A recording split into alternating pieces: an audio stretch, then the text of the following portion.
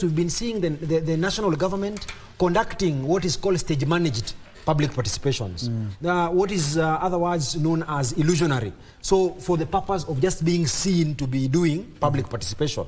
But then you ask yourself, do the people whose opinions you are seeking, do they even understand what you are trying to tell them to participate in? So that has always been the question. And then the Supreme Court has advised that, well, it is important first that the people who you are seeking their opinion or views to first be made to understand the process. Understand what views do you seek from them? What is the repercussion? What is this information that you seek from them? For instance, in the most notarized example that today we are dealing with, on the question about the removal of His Excellency, Rigathi Gachagua from office, you ask yourself, have the people who are affected by the removal, I mean, this is the whole country now, have they understood and appreciated in full flavor the impeachment motion that was filed by the Kibwezi East Member of Parliament? Have they understood it? It's a 60-page document written in so many things, and their evidence. Have they understood from when it was filed on the 1st day of October 2024, and now we are on the 4th day of October? Have we had like civic education or civic education or enlightenment of the masses? Then has the evidence that is there probably in the National Assembly, has it been shared with all and sundry so that they can understand the kind of charges that the Deputy President is facing? So these are some of the questions that you ask yourself so that you get to understand whether the public participation that is being conducted today is being conducted in a manner that is meaningful. Or are we doing it for the very purpose of just doing it and living true to probably the dictates of Article 118 of the Constitution as read together with Article 10 of the Constitution?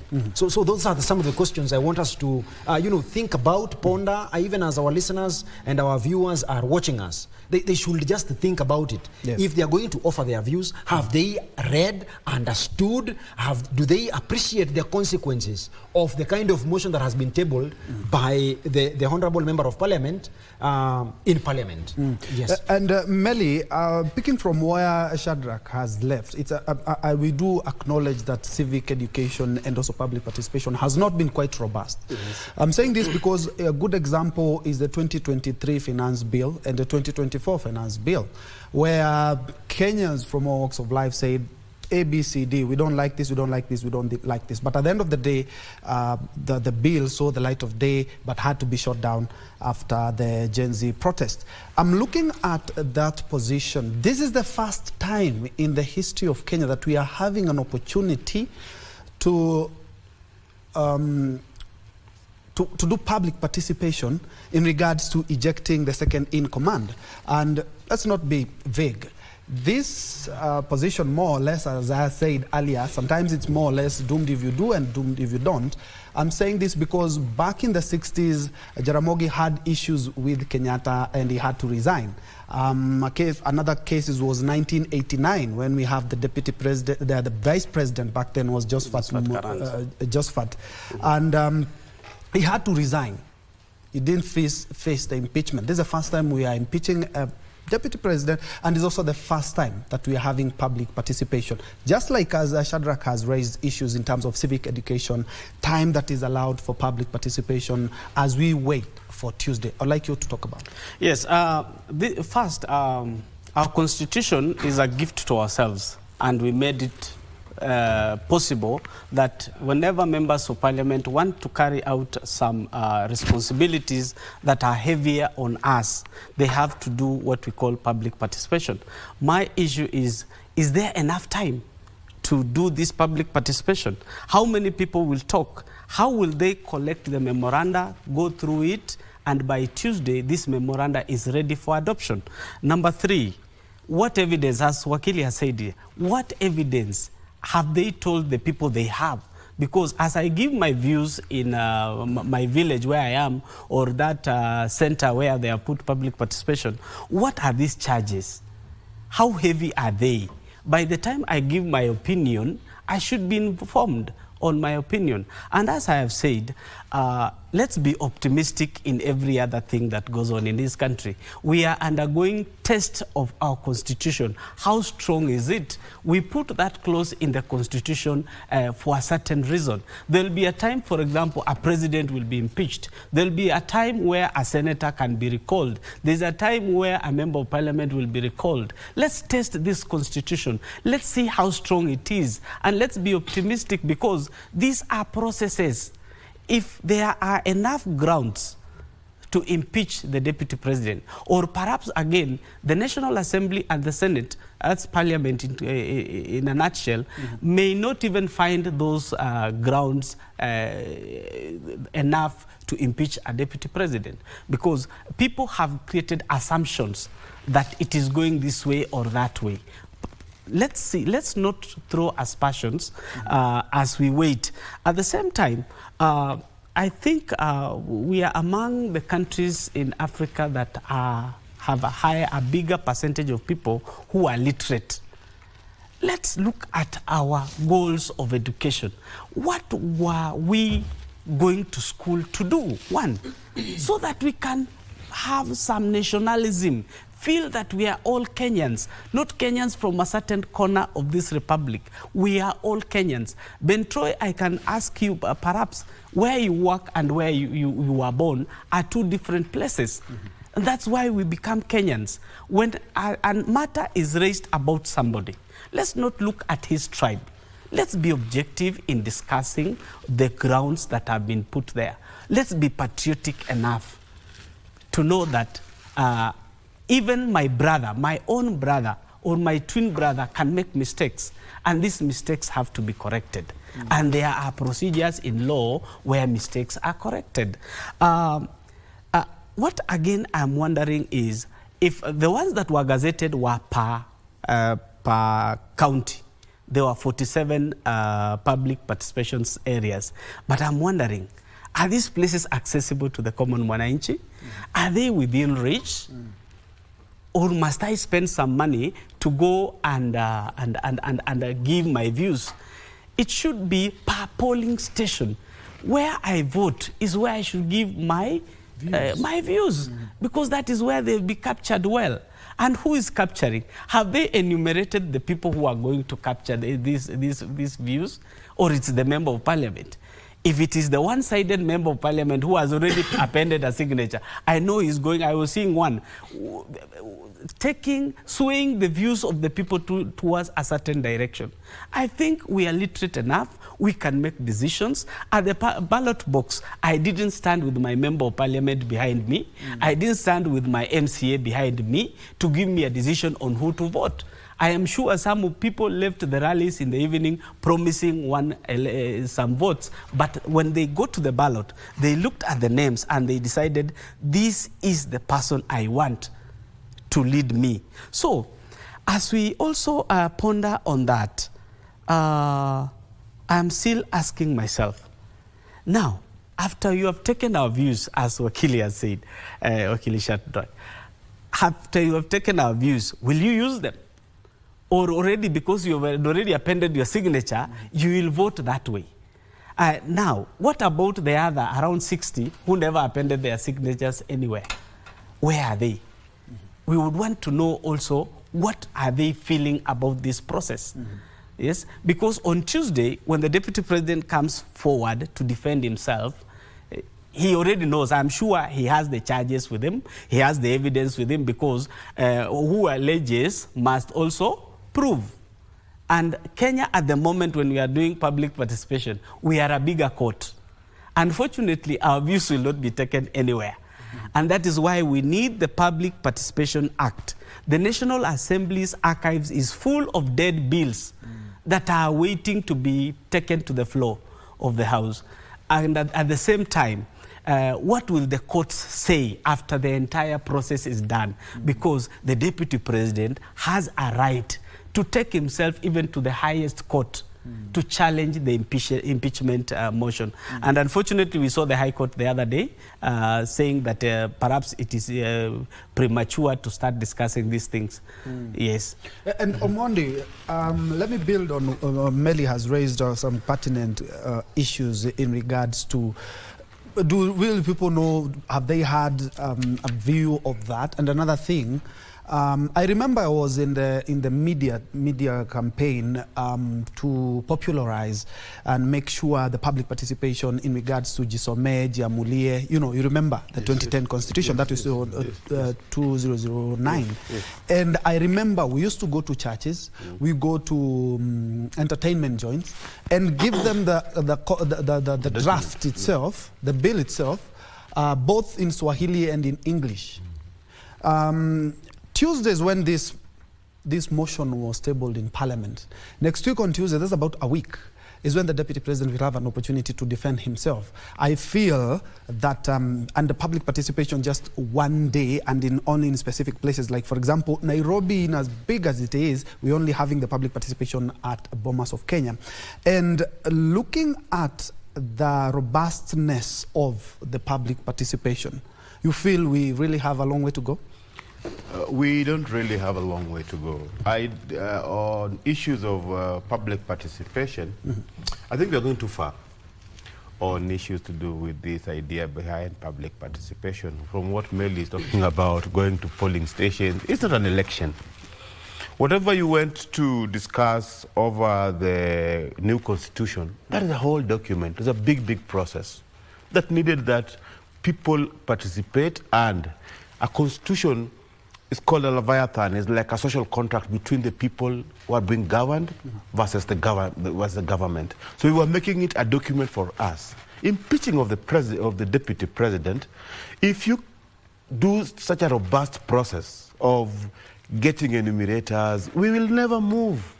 We will never move. This is supposed to be not even subjected, according to me, to any form of public participation. Why is that? The constitution is very clear. The constitution. I gave you time. I gave you time, Melly. So just wait. You'll respond. You'll respond.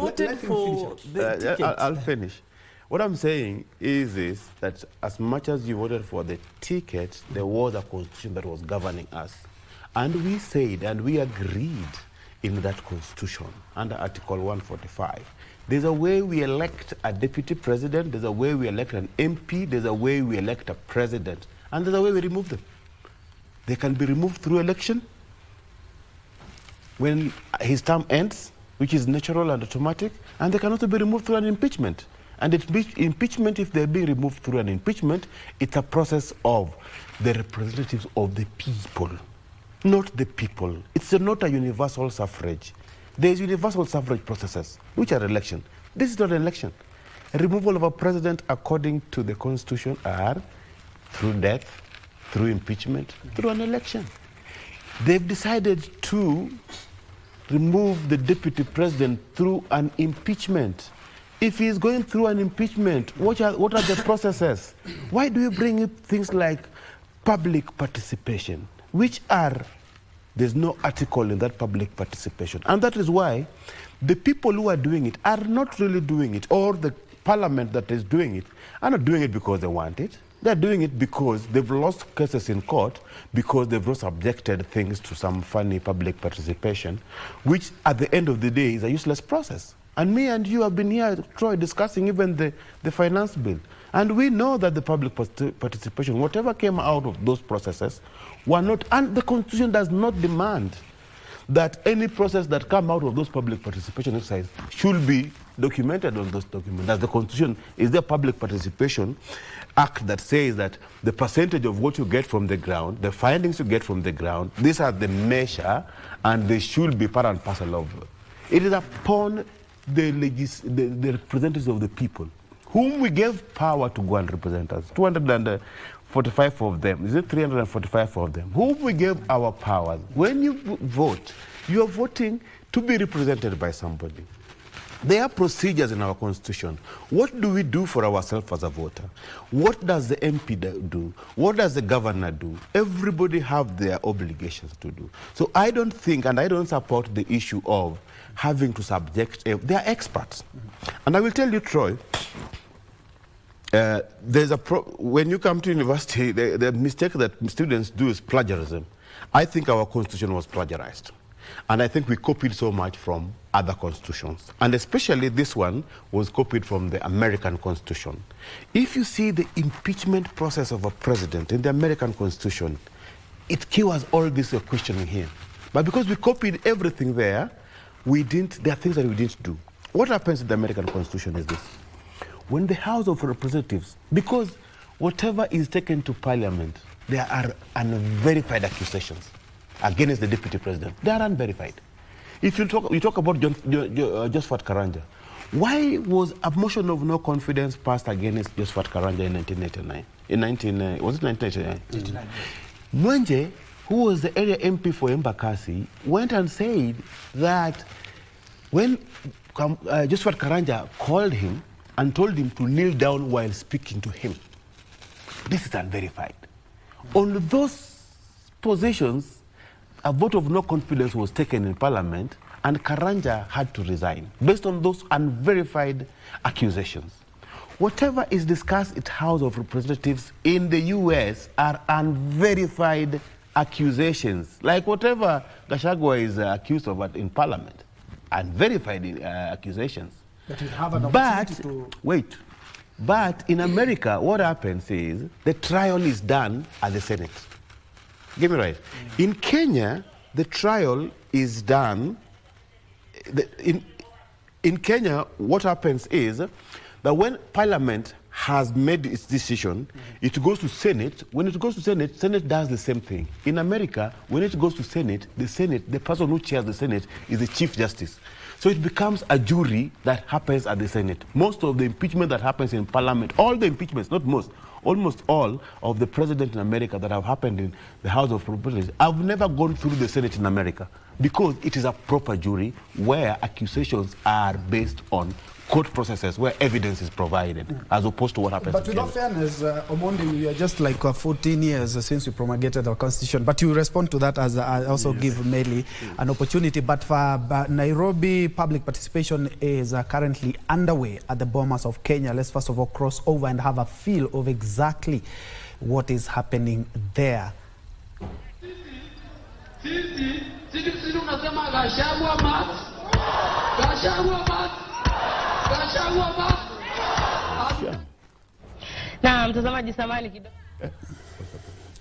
All right, those are some of the sights and sounds from the Bomas of Kenya, and as soon as we can get clear feed from the Bomas of Kenya, we'll be crossing over. Remember, we also have our reporters in Kisumu, Mombasa, and Kisii. Remember, it's being conducted in all the 47 counties in the country. And Omondi, just exactly, you kindly clarify that, because we are just less than 15 years since we started using the constitution. Those guys have decades. Yes, those guys have decades. But I think it's work in progress. It's working in progress. And I think, for example, if we get to develop the idea behind the public participation clause, then we should be able to determine which issues would go to public participation and to what extent. But if you want a robust thing, and I've told you, the evidence provided.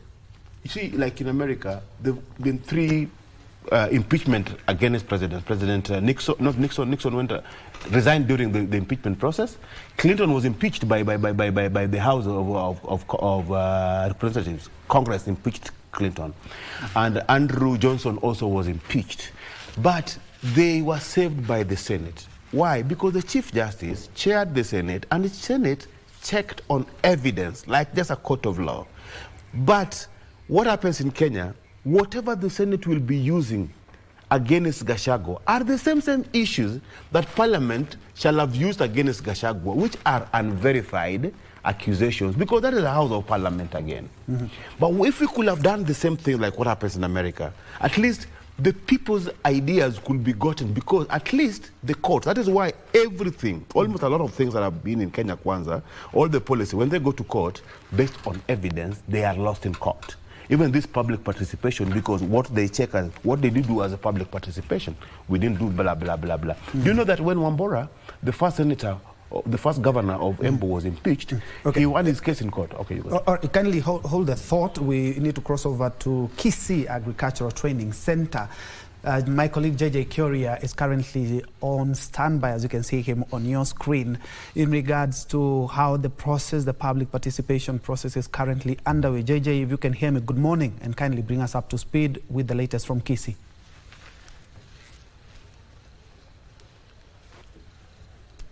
Thank you very much, Ben Troinju. We're coming to you live from the Agricultural Training Center in KBC County.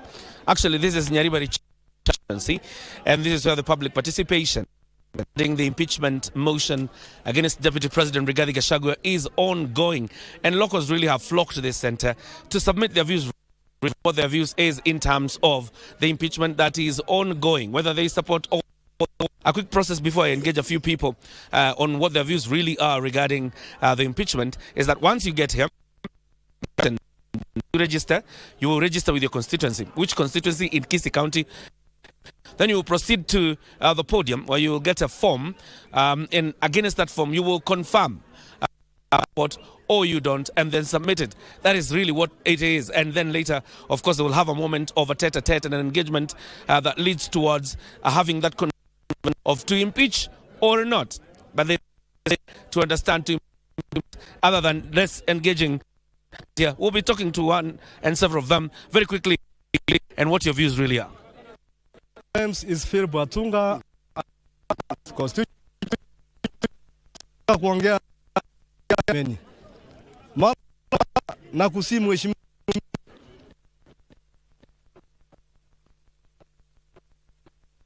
na haipo warai. Sisi tunataka kutufanya kwa mkitaka pamoja. Sumba ya kama ya kwamba na both KBC and Nyamira have even a PS, but 50 was 70%. Now the big half between you and Gachagua, who is tribal. Second, education. Stand up, which was been stopped yesterday about the bans. Mr. President, ask you to pay also so that get this country to the next level. Right. The issue of politics, let's stop. 7. If you want to do away with Rigathi Gachagua, good and well. But for now, leave that mistake Rigathi Gachagua to work for the Kenyans. Thank you. Fantastic. Tusikize maoni ya Mkenya mwingine. Majina? Yes, kwa majina, my name is Voice of Reason Africa. That is the name you find me, meaning. Number one, I would like to say this. The country is in a total mess, starting from the head to the toe. Number one, if at all there is an impeachment that is supposed to take place in this great Republic of Kenya, then we should start with the president. When you talk about tribalism, the leader of tribalism is the president, starting with appointments. Now let us talk about the parastatals we have in this great country. Almost all the parastatals are led by the Kalenjin community, and now they are. Please refrain from making ethnic comments. Okay, I'm sorry for that, but that is the truth. And then number two, when you want to talk about corruption, the leader of corruption is the president himself. I can speak that without any contradiction.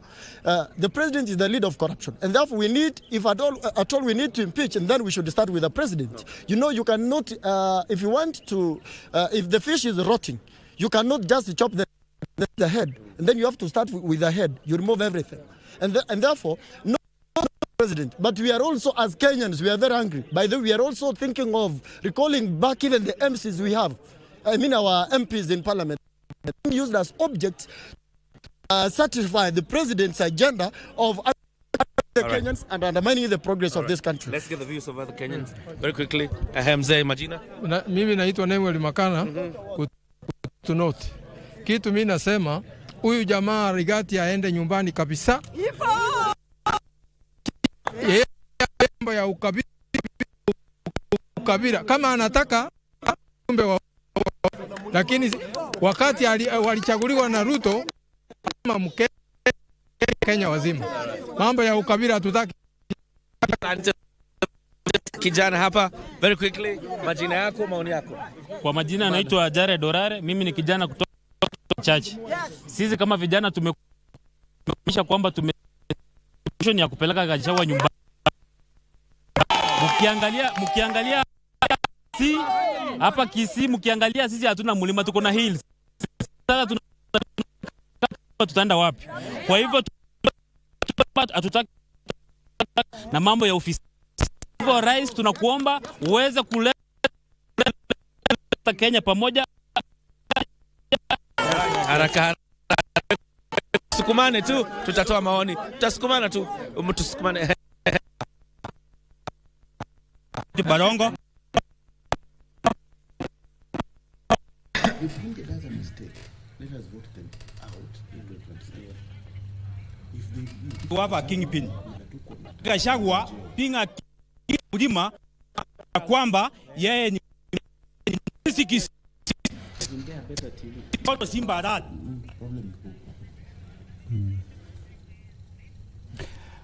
I must confess we are having some technical challenges in that feed from Kisii, but as soon as we clear that, we'll be crossing over back to Kisii, and that's not Kisii that we are stationed. We are also stationed in Mombasa, where my colleague Ann Mburu is currently at the Tononoka grounds, and we can have some views from the residents there. And I must stress here that the views expressed by, or sentiments expressed by some of the people or Kenyans do not necessarily represent the views of the corporation. Let's first of all cross over to Mombasa.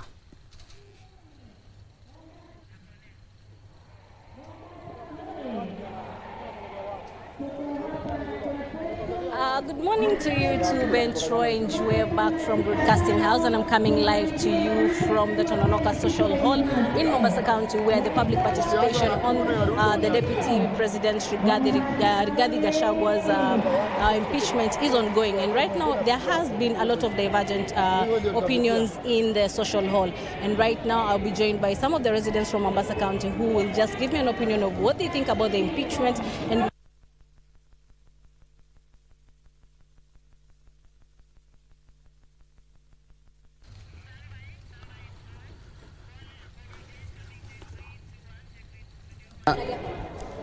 Kwa majina naitwa Patrick Gakunju na ni mkazi wa Mombasa na ni mpiga kura hapa nimesimama.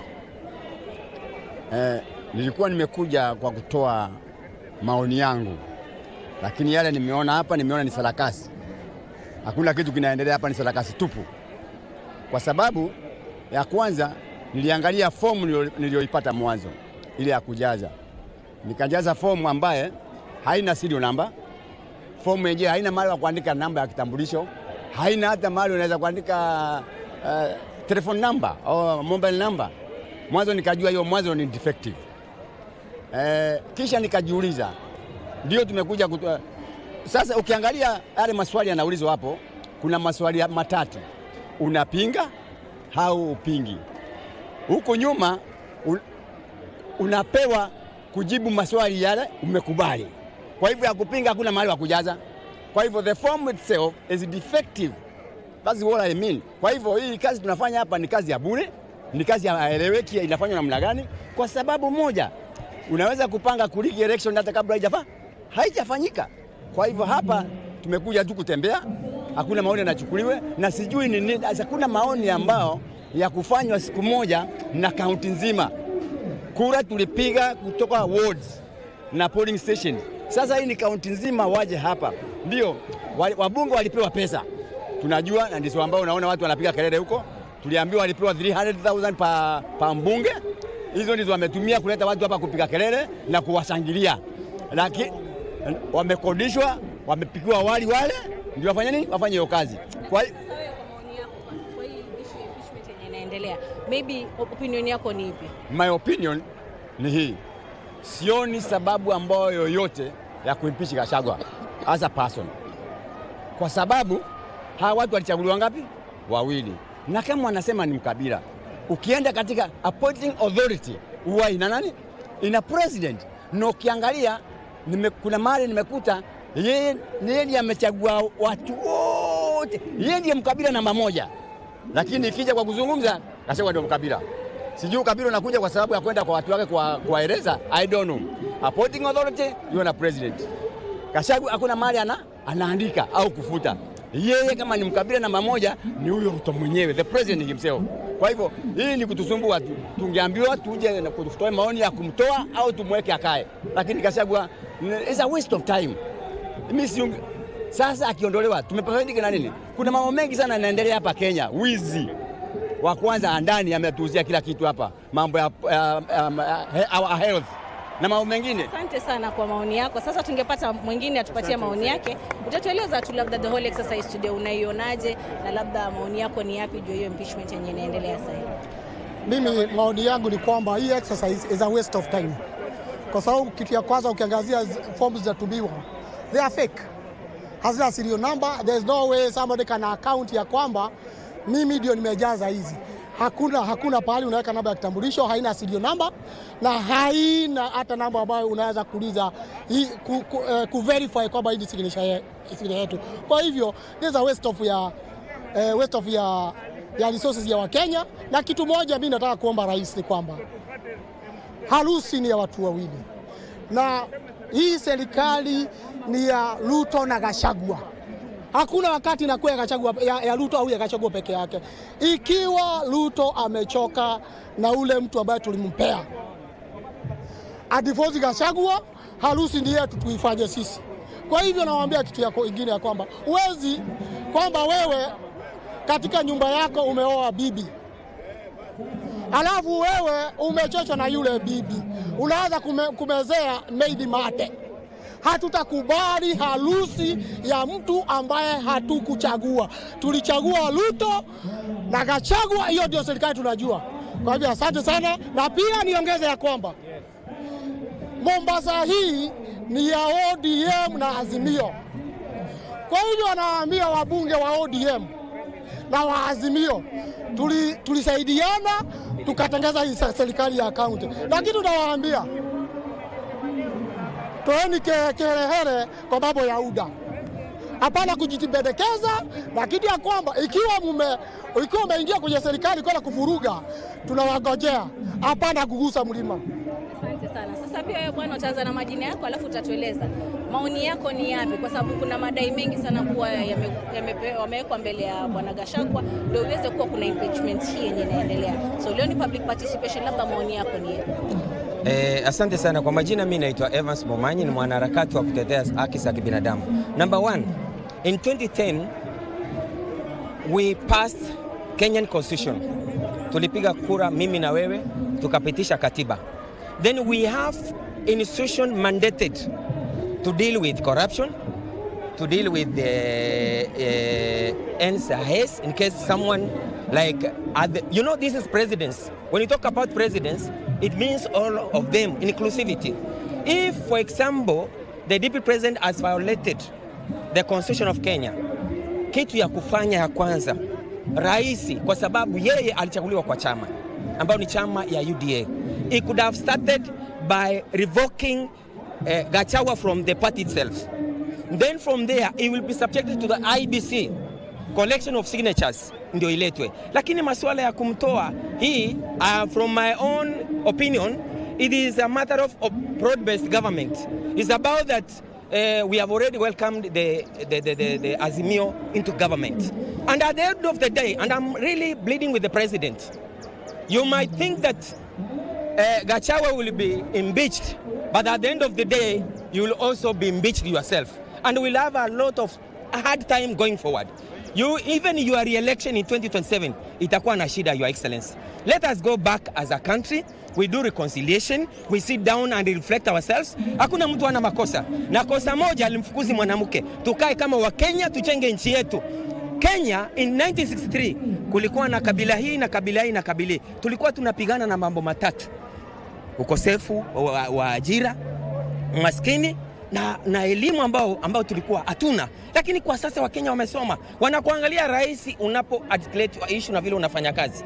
Na be very careful, and I'm really warning you, be very careful. You might find that unamtoa Gachagua ukapata we pia ukatoka, kwa sababu ukiona mwenzako yanyolewa chako kitie maji.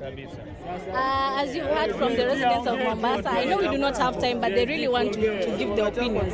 But as you've heard, each and every one of them has given their own opinion, and it does not reflect anything with the national broadcaster. So back to you in studio, Ben Troinjue. We will give you subsequent bulletin. In our subsequent bulletin, we will give you a brief of whatever happened today.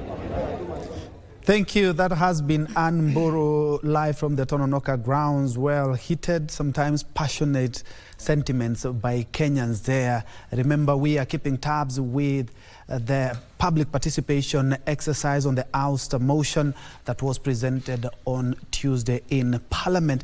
Today, the whole day, we'll be having those sessions, and we'll also be keeping tabs with what is happening also in Kisumu, right here in the capital, Nairobi, and also we'll go back to Kisii and other parts that we'll be able to cover.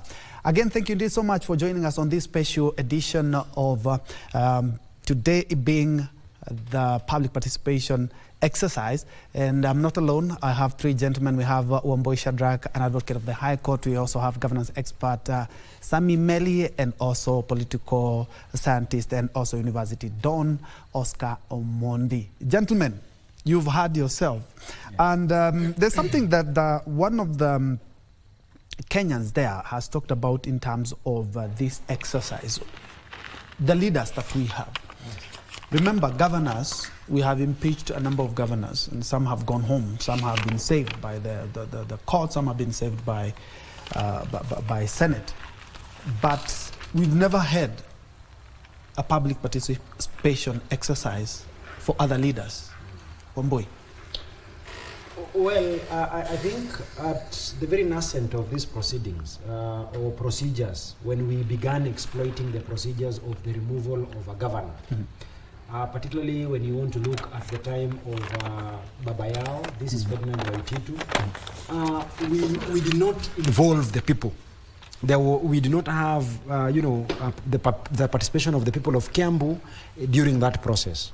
However, when we went to the process of the removal of the governor of Wajir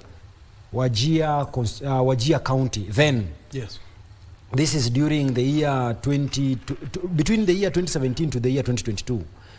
Then I believe he's called Mohammed someone. So when we had his removal and his successful removal at it, remember there was a challenge that was taken to court questioning, the decision to have him removed from office. Now, the courts, I believe this is my Lord Justice P.J. Otieno, made a certain decision that I think is what has now led to the, to influencing the mind and the decision that was made by the chair, the Speaker of the Honorable National Assembly. This is Honorable Masika Wetangula. So the court then returned a finding that the removal of the governor of Wajir was unconstitutional because there was no public participation during that process. Now, you will see that subsequently, just recently, in Nyamira County, when the Nyamira County Assembly was discussing, the impeachment of the governor of Nyamira, this is Honorable Nyaribo, Amos Nyaribo, then there was a call for the people to participate in that process. So that we are seeing, due to the jurisprudence, now this is now the law as it is made or made by the courts through the interpretation of the Constitution and the laws that we have in this country. Then the people of Nyamira County were involved during that process, which of course did not see the light of day. Now, fast forward to the first day of October 2024. In the ruling or the guidelines that were given by the Honorable Masika Moses Wetangula, the Speaker of the National Assembly, of the first day of October, he gave us directions and said that in view of some of the concerns from the Honorable Members of Parliament, then it was discernible, it was his wisdom that we need to subject the removal of the person of His Honorable, His Excellency Rigathi Gachagua from office to a process called public participation, which essentially means the seeking of the views of the people, so that the people who are now exercising delegated authority in Parliament, our members of Parliament, can be informed directly of the feeling of the people on the ground. You know, Rigathi Gachagua is known for saying that anasikizanga ground. So it is important that they listen to the ground. What are the people saying about the removal? Now, his designation of these 47, areas within the 47 counties that we have to form the areas where people are going to participate in this process.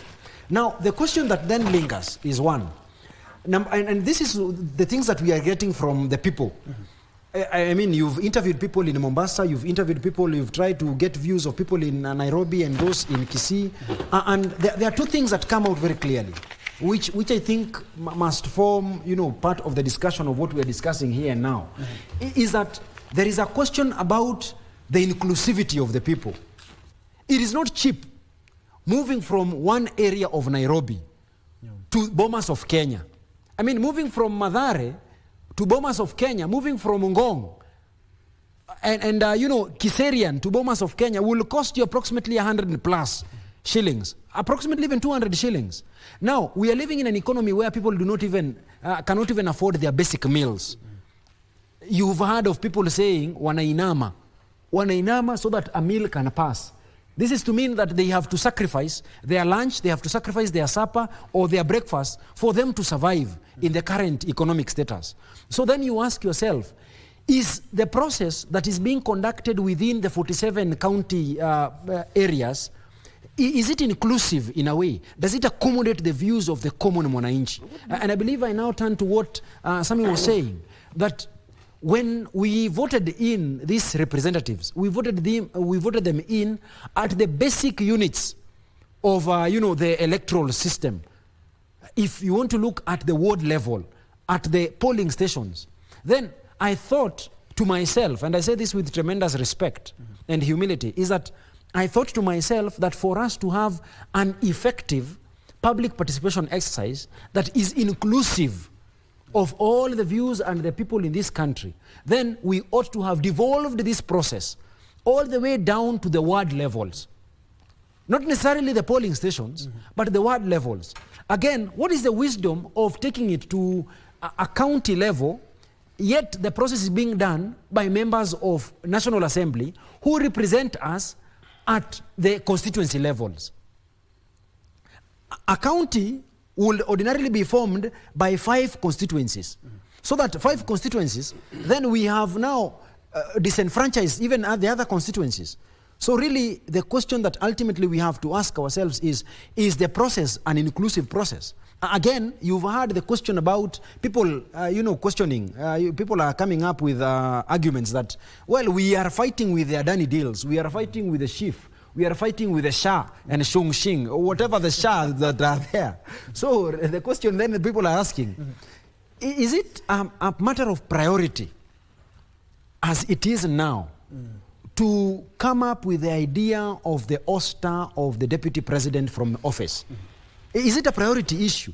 Have we dealt with all other pressing needs and concerns that are there in Parliament, are there in the Republic of Kenya, so that we prioritize now the removal of the person of Rigathi Gachagua from office? Now, there is a sense in which I feel that the members of Parliament, and particularly the National Assembly, is taking this thing in a very rushed process. One, the Constitution in itself does not tell us of timelines that have been given to the National Assembly to conduct this process. The only timelines that have been given to us by the Constitution are those given to the Senate to ensure the expeditious disposal of this motion. But I think what you're saying, so really, no, Oscar, just give me my time. I kept mum when you were discussing. So the thing that there is, well, even while an accused person in our laws has the right to an expeditious process, a process that will be done without any unreasonable delays, the courts The courts have been called to question, to determine that question. What is unreasonable delay? What is expeditious disposal of a case? Does it mean, you know, like Morara, you take a plea on Monday, on Tuesday, your case is set down, you are heard on Wednesday, then a judgment on Friday? Does it mean that? The unreasonable delay in our constitution? Then, what then does it mean when a motion has been tabled in Parliament to cause the removal of the Deputy President, and there are no timelines that are given there? The Speaker, in his wisdom, comes and says, tabled on the 1st, on the 4th, we'll have public participation, an advertisement on the 3rd. Then they have come up with a template, the template that does not even inform us quite substantively of what is happening in Parliament. Remember when we were even passing the Constitution, we had copies of the Constitution being supplied everywhere. So that people can be informed. Now you've told us we come back on the 4th, then on Tuesday next week, they hear the side of the story of Rigathi Gachagua. Then they vote by midnight. Then by next week on Thursday, the motion has been sent to the Senate. Then now Senate has constitutional timelines, which is deliberate, because we intended to have a very thorough process being conducted at the National Assembly. Yes. So I think pick it from there, because we are talking about less than a month. They campaigned for months. You're telling me the process of removing a deputy president, the timelines are so squeezed. Yes. And this is the second in command that was elected by the people. But hold the thought. Yes. We will also cross over to, as you can see, that is Kisumu. And as soon as we get a good feed, we will be tasking our reporters on the ground to give us the process from the registration to actually filling out what exactly that form has and what is the next process. But away from that, let's cross over to the Kiambu County Social Hall. Kiambu County Social Hall, where, as you can see, my colleague is on standby to give us a feel. Kahiro, what exactly is happening there, and what is the process of actually giving? Kahiro.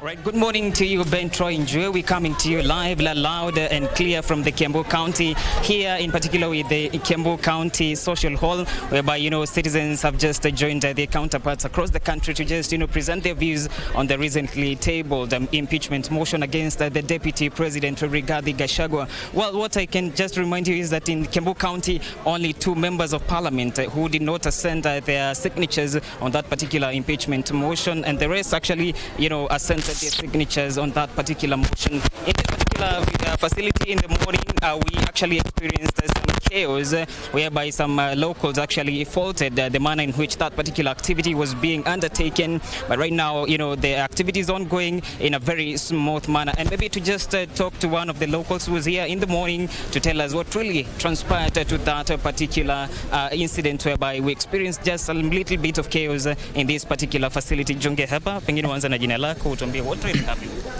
Kwa majina ni Jesse. Kitu ya kwanza, wakaaji wa Kiambu walikuwa wamejitokeza na kwa upendo ili wa attend public participation, lakini kufika walipata mambo imetendeka. Mambo ilikuwa imefanyika chini ya maji, forms zingine zilikuwa zimesainiwa. Wakaaji wa hapa walikuwa wamejitokeza kwa uzuri. Tunapata forms, they are so different. Kuna original, kuna faked, zingine hata wazazi wanapewa na confusiwa. And so there is a lot of kulikuwa na chaos kubwa sana. And so wakaaji wa Kiambu wakakasirika sana, na ikakuwa ni kwamba sasa hata hao viongozi ambao walikuwa wameenda kuassign the impeachment motion hawajajileta kutusomea clout by clout. Wangejileta watuambie hii ndo makosa tuliona na hii ndo hatukuona. Ila bado jambo la pili, public participation ya hii imefanyika kwa njia isiyo halali. Kama ilikuwa njia halali tungeletewa kwa police station zetu. Because kama mzazi ako Katuanyaga, mwingine ako Thika, hajaweza kupata uwezo wa kufika hapa. Alafu hii kitu yote ilikuwa ni kama feature ilikuwa ina happen. Hakuna jambo inaendelea. Watu wanafaa come out clearly. The public participation in Kiambu haijafanyika. Microphones zilizimwa. Hii ukora. So viongozi ambao walienda kusign impeachment ya Rigathi, they know what is behind today's. Najua ni furaha yao kuona haijafanyika, lakini wananchi wamefurahia kwa sababu wanasema one thing, Rigathi Gachagua abaki. Na kama tunaenda ni kufa dereva, kufa makanga, kufa abiria. Thank you so much, Bentro. Maybe to speak to another local here to just tell us their views on this particular public participation and how it has been conducted. Pengine utuanzishie na jina lako. Naitwa Mheshimiwa Ruth Waithera, nimechaguliwa Githega, Githunguri sub county. Na mimi nafurahi sana kwa sababu mbunge wetu pale Githunguri yeye alikataana na maneno. Na sisi tumekuja kusema hatutakubali kiongozi naibu wa rais akuwa akipelekwa kutolewa pale hivyo bunge. Wananchi wametutuma kama viongozi wakatuambia hawatafirwa tena. Wametosheka kufirwa. Wananchi wako na mashida. Hao wabunge wa Kiambu waliotia sahihi hawajakuja hapa. Tulikuwa tunawagoja hapa wakuja watuambie ni nini waliona. Namba 3, wananchi walisema vile walipeleka zile forms za elections mashinani. Sisi tulikuwa tunasema tuletoe hizo forms kule mashinani katika polling stations ndio kila mwananchi alete haki zake. Hii hall ukiangalia inakaa watu 500. Watu 500 hawezi represent Kiambu County where we have around 1.6 registered million voters. Kwa hivyo sisi tunasema tunakataana na maneno na hakuna mahali Rigathi anaenda na hao wabunge washindwe,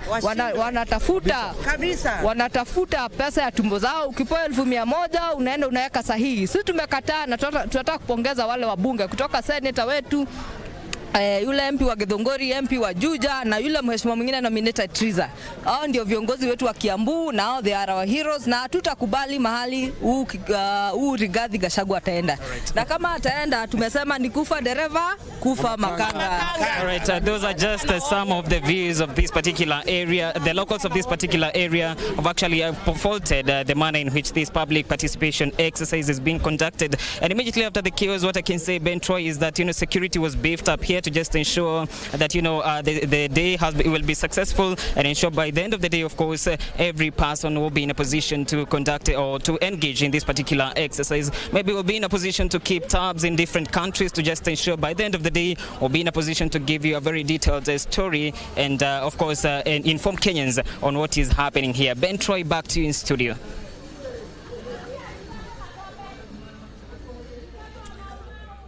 Thank you, John Kahiro, live from Kiambu Social Hall, and he has indeed confirmed that there was some commotion in Kiambu, but security had to step in and quell that. Quite some emotive responses from the residents there, but it's more or less expected. Also, Bomas, we've had some reports getting to us is that there has been some issues as well, but we'll be getting our reporter who is at Bomas of Kenya to shed light on exactly how that process is going on in the capital, Nairobi. Again, thank you so much for joining us on this special edition. We are looking at the public participation exercise that kicked off across the country this morning. That is in regards to the ouster of Deputy President Rigathi Gachagua. Panel of 3 gentlemen here to put things into perspective and especially on the public participation exercise.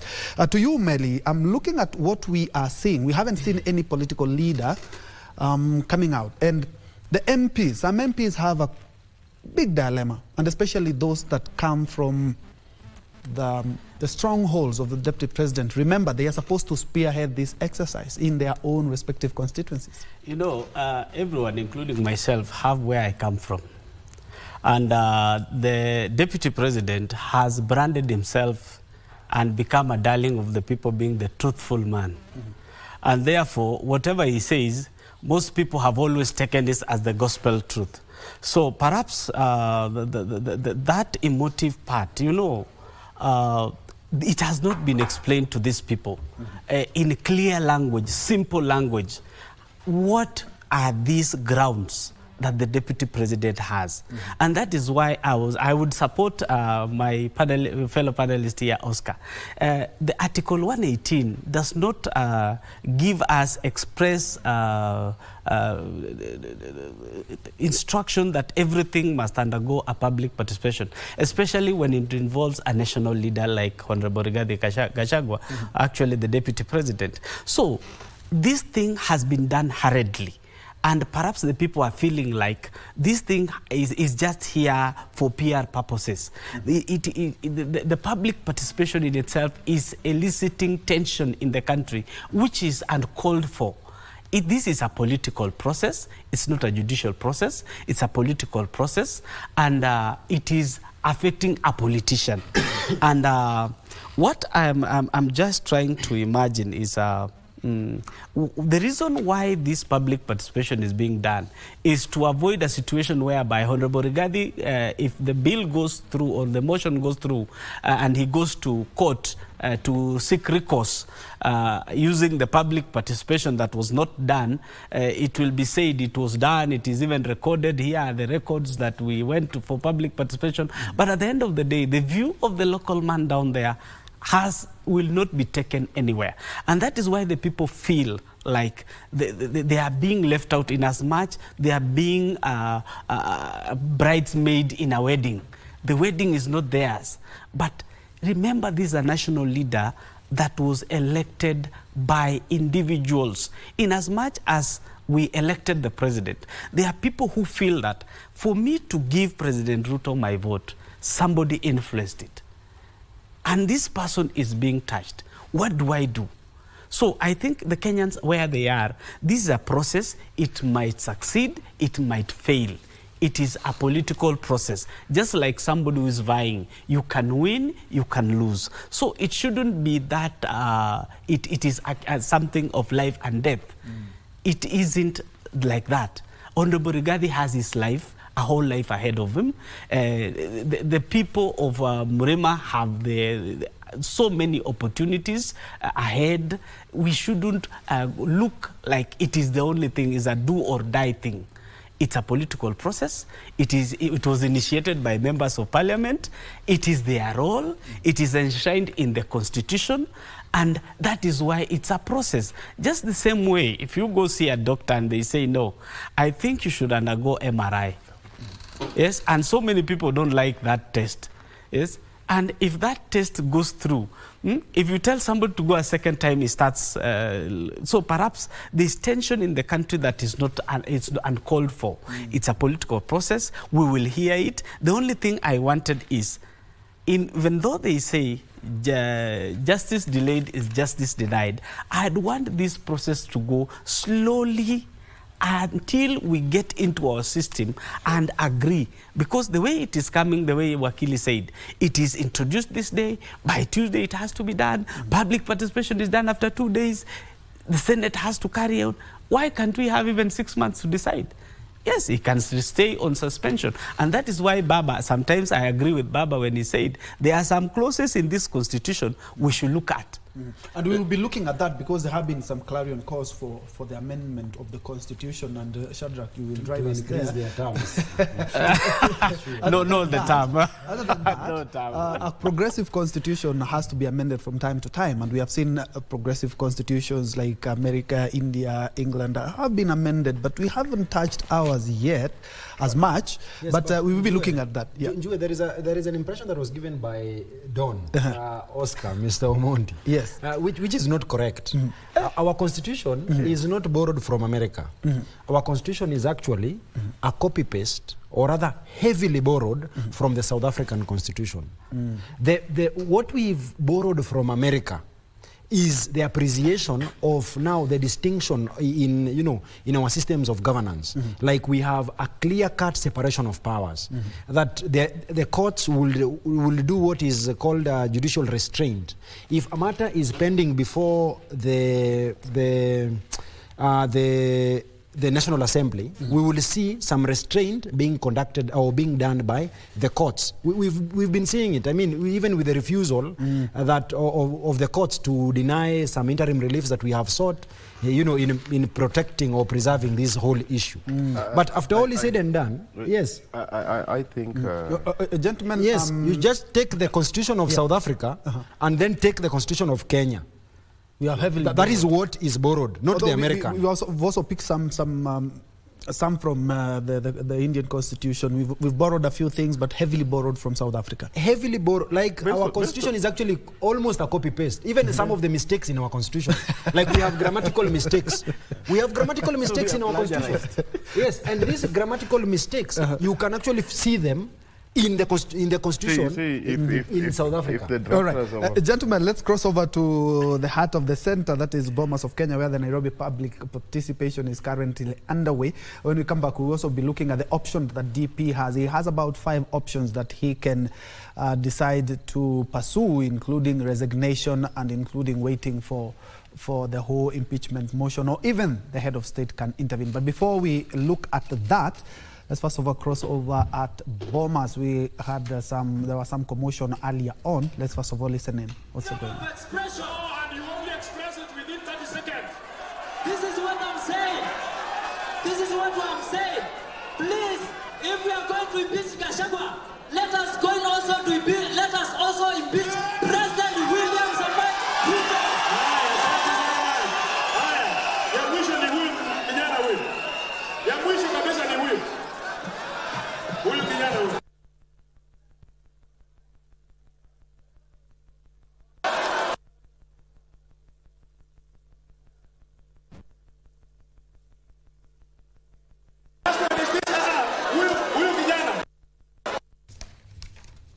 Oh boy.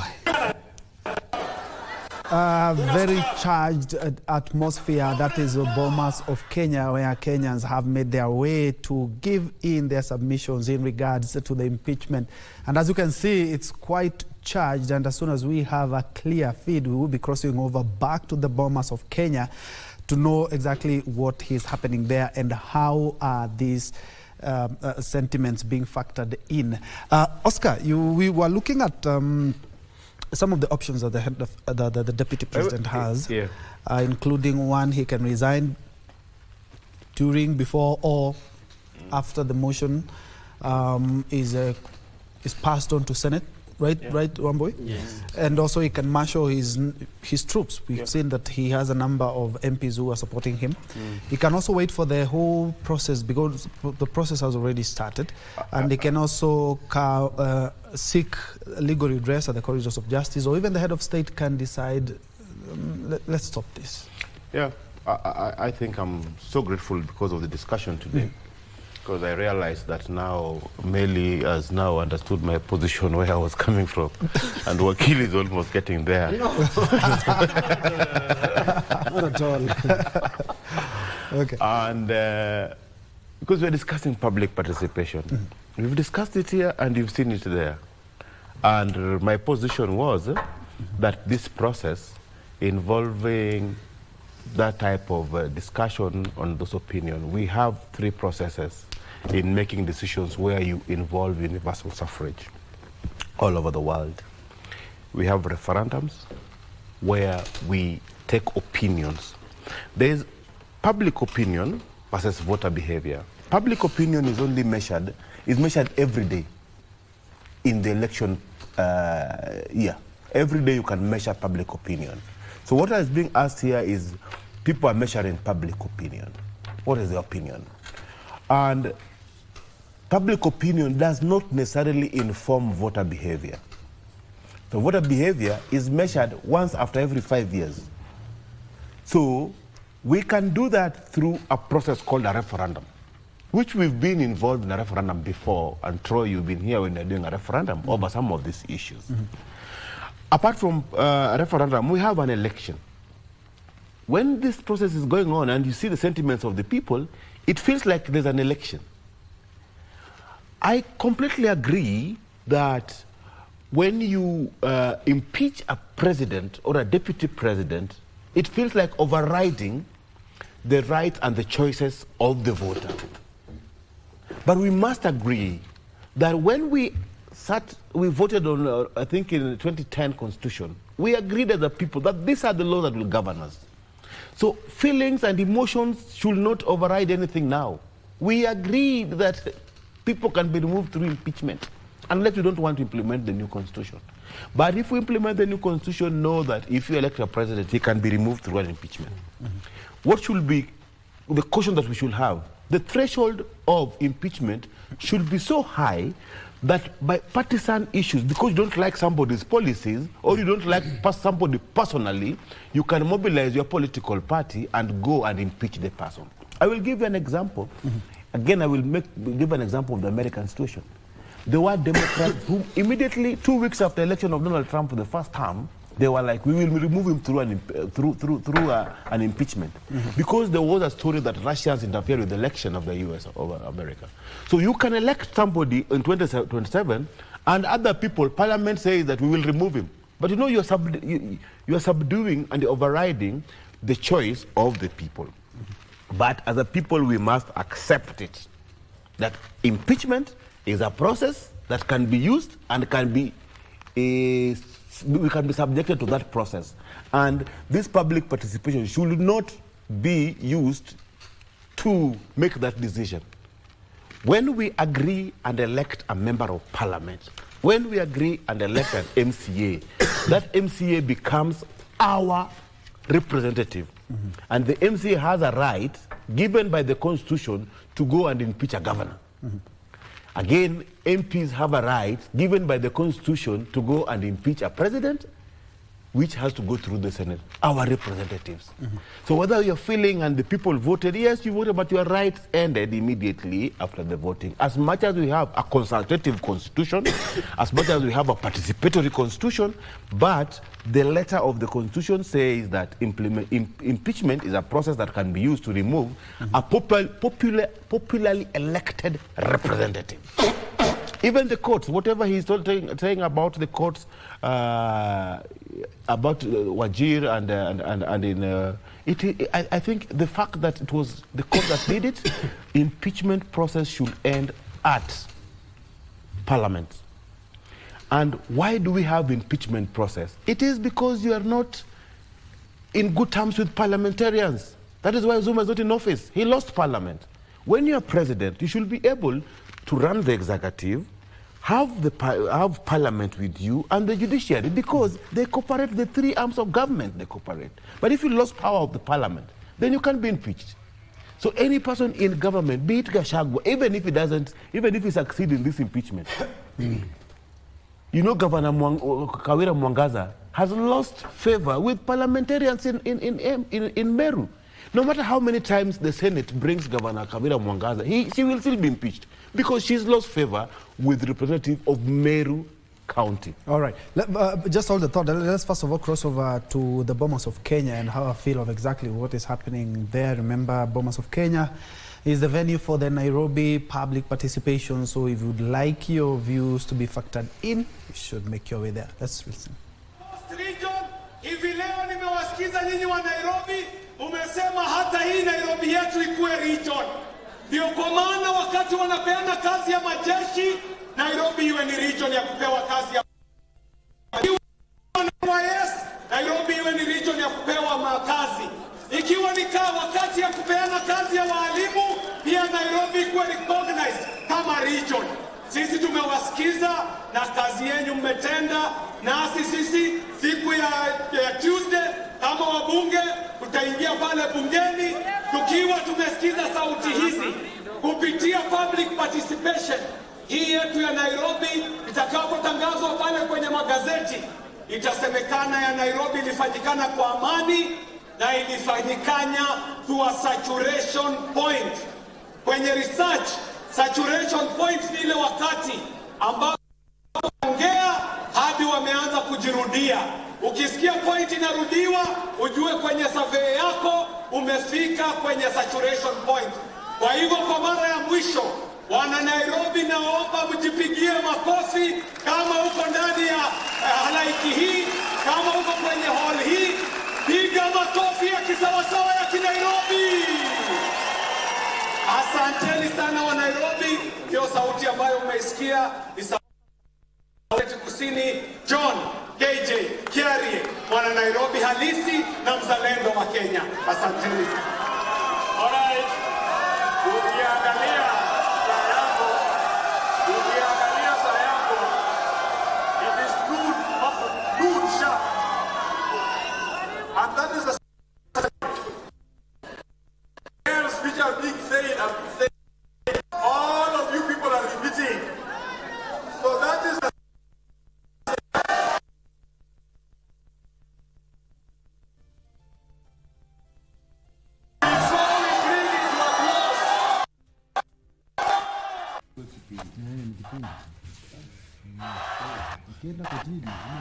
All right, from Bomas of Kenya, and again, we do apologize for that technical hitch. We cross over to Kisumu. Earlier on, that has been the Rigathi Gachagua, the MP, together with the Honorable Kajwang there, actually talking about that they will be factoring in what Kenyans have said, but we will be looking at that as well. Are the MPs really being genuine, or are there some other strings being pulled? But away from that, let's first of all cross over to Kisumu City.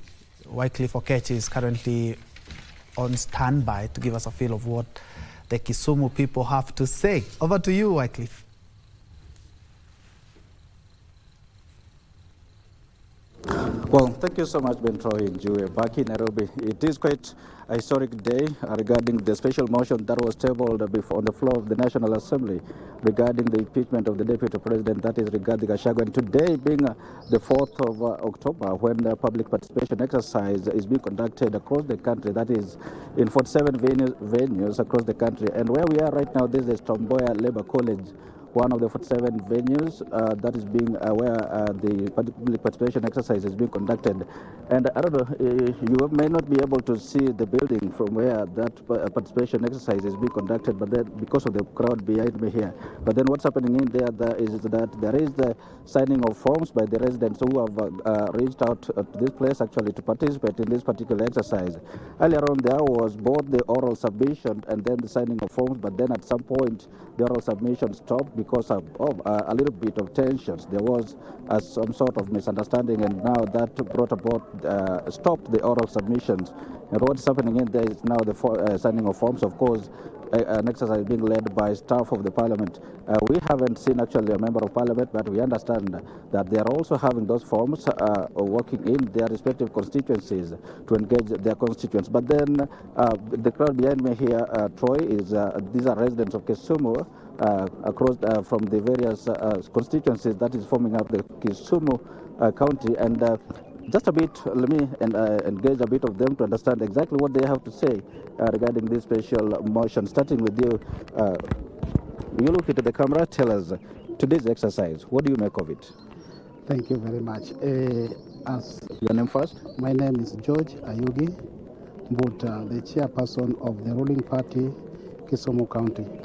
Today I am here not as the chairman of UDA, but as a voter and a Kenyan who is petitioning the parliament, participating in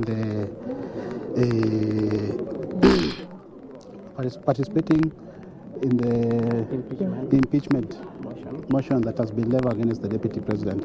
We are all aware, and all Kenyans know, more than 15 million of Kenyans are using smartphones, and we've known what has been going on for the last 2 years. We've seen the deputy president saying that this government is a partnership government, that if you didn't vote for this government, then you don't belong to the government. We know that all Kenyans pay taxes, and it's our right, whether we voted for the government or we didn't vote for the government, it is your right to enjoy the fruits of this government because we are paying taxes. The second thing is been talking about Mrema, Timsikuje Mrema. And as Kenyans, we know very well that we are free to live in any part of this country, and we are free to visit any part of this country. We have our brothers from Central who are dwelling in Kisumu and part of Nyanza, and they're doing business. Those are our brothers, and we will not turn our back away from them. We know that the person who is being accused, when you do something wrong, you are personally liable, not the community, and you should stop this thing of involving the community whenever he has a problem. The other thing that we know is that he has disparaged the office of the presidency. He contradicts the president. The other time, you remember the issue of Nairobi when the hawkers were being moved from Marikiti to the new market. He told them not to move. So this is something that is bringing the government down. And as responsible citizens, we've come out and said that enough is enough. And we are telling the deputy president that he has to go home. Remember when President Ruto was the deputy president of the Republic of Kenya, he came to walk all over the Republic of Kenya. I remember one incident when we went to Bondo University. Bondo University, the recurrent by that time was about 186 million Kenya shillings, and he raised it to 600 million Kenya shillings. The other thing is that he even visiting the locals. Remember when the president was the deputy president, he even paid a visit to Ken Obura in Bondo, and even we had lunch there. So he's a person that was not seeing any boundary. Yes, given those issues that you have actually raised, in your opinion, given that actually that template form that people are filling in, they have seen it, and one of the questions that they are asking in there, are you in support of the impeachment motion or not? I do support the impeachment motion against the deputy president. What we want a united nation, and we want the president to implement all the manifesto that he had without being pulled down by his deputy. And we thank the president for working together with the opposition to bring this country together to work as a team. Thank you so much. Troy, let me just engage one more before I hand it back to you. And gender is quite a relative issue, and we have to engage one of the ladies. Introduce yourself, look into the camera, tell us what you think about this whole motion. My name is Beatrice Amondi. I am the vice chairperson of the ruling party in Kisumu County. And today I'm standing in as a voter and as a mwananchi wa kawaida. So I support this motion for a few reasons. One, as during campaigns, we campaigned on the bottom-up economic transformation agenda. But looking at what the deputy government, the deputy president has been conversing, moving around the country, he's not aligned to the agenda that we campaigned on. He says he's done this for the farmers, that for the tea sector, and these are things they cannot be solidified.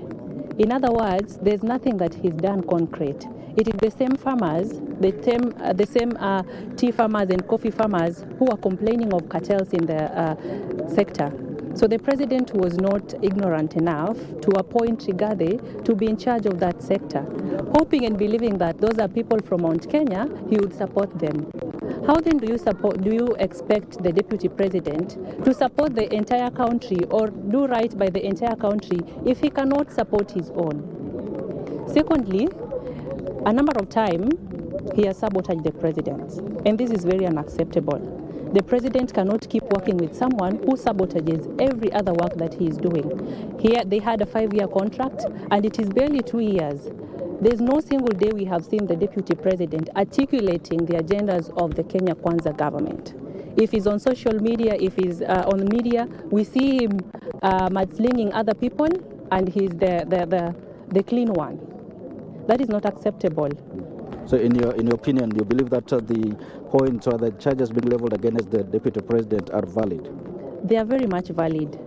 So to say, previously, Rigathi was not speaking of Mlima thing, not until the broad-based government came into existence. I don't know what you define of that as a national leader. Why is it a problem now that we are in the broad-based government? So the agenda from Lima is the subject. What is he protruding as a leader, as a national leader? One is not unifying the country. So to me, he should be impeached, and we should let the president select someone he is comfortable to work with, so that tunaendeleza the agenda for Kenya Kwanza government. Troy, just one more voice from the youth here. Probably he move forward, or you can just give him some space here to talk to Kenyans. Look into the camera, tell us what your name is and what you think about the impeachment motion that has been raised, tabled against the deputy president. Ladies and gentlemen, I want to take this opportunity. My name is Honorable Haman Oginga. I'm the youth leader of Nyakachi Sub-County. The reason why I am here, in fact, I logged into this facility at around 1 hour ago to exercise my constitutional mandate to see one Rigathi Gachagua home. Reason being, our forefathers has fought for the independence and the unity of this nation. We cannot let this the important nation to go into ruin because of one person. The politics of ethnicity and volcanization must end.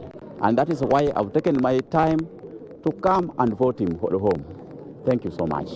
But then again, this entire exercise of public participation, I have gone in there, I don't see people presenting orally as it was supposed to be, because what I'm seeing now is just the signing of forms. Do you believe in the effectiveness of this particular exercise?